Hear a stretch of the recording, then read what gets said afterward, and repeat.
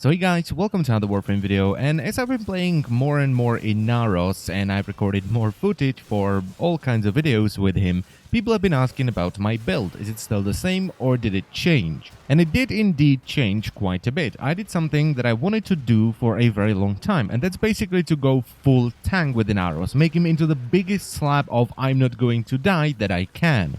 Well, not quite. I did sacrifice a little bit of tankiness for loads of sprint speed because it's just fun. And that's what this build is. It's just fun. It's something that I wanted to try for a very long time, and I can't imagine too many people will like it because it doesn't do anything other than just stand there and take a lot of damage before going down. So it is a 3 Forma build where I've added a D, a dash, and a V. The aura I went with is Sprint Boost, but you can go with Corrosive Projection or Energy Siphon if you want to, but I'm combining it with Rush for loads of sprint speed. And this is really fun if you're using melee weapons that allow you to attack while sprinting, something like Polearm, so you can turn into this windmill of doom and just sprinting through the mission, cutting everything down. And this is something I used to do way back in the day when I didn't have any primed frames and I just had Rhino with my Orthos and I would run through infested missions and windmill them down. And turns out it's still just as much fun as it was way back in the day. Especially now since we have primed Reed, so you can be an even bigger windmill of doom.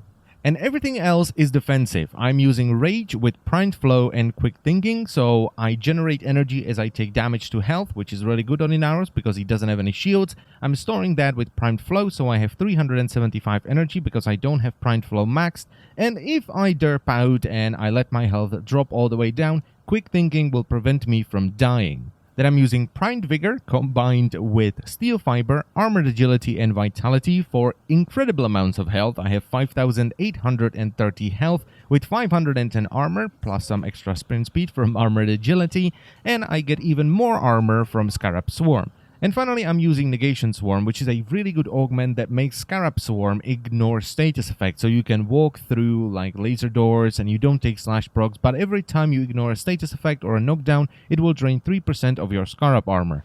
Now, on top of being a lot of fun and not too demanding, because all you need to do really is just keep up your Scarab Swarm, so you have a little bit of extra armor and you also ignore status effects and keep yourself healthy with Desiccation and Finishers, it can tank pretty much everything. It can easily do 1 hour survivals versus all factions, and it can tank all sorties. It's just a very chill, derpy tank setup. You don't have to worry about being one-shot due to a lack of health with something like Valkyr. You don't have to worry about your passive stacks like you do with the Nidus, and you don't have to worry about buff up times like with Chroma.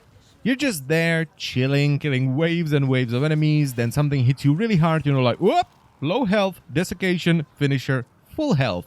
Yay! My Scarab Swarm is getting a little bit low. Let's stack it back up. Desiccation, Finisher, full health. And that's it. That's it. It is an incredibly dumb setup. But it's a lot of fun because you're this big slab of health that's not going to die. And you're zooming around with all that sprint speed. And it is just fun. That's all this build is. It's just fun. There are better builds you can use. Builds that are far more effective. But, you know, if you just want to chill and derp around with a really tanky setup, this is the way to go. Also, unlike with something like Wukong, you don't really have to worry about nullifiers that much because all it does is just dispel your Scarab Swarm, so it's not that big of a deal if a nullifier jumps on top of you. You're still gonna have a ton of health and a lot of armor as well. And that's pretty much it for the build. There is not much else to say, so I hope you've enjoyed the video. I thank you very much for watching as always, guys, and I will see you next time. Bye bye.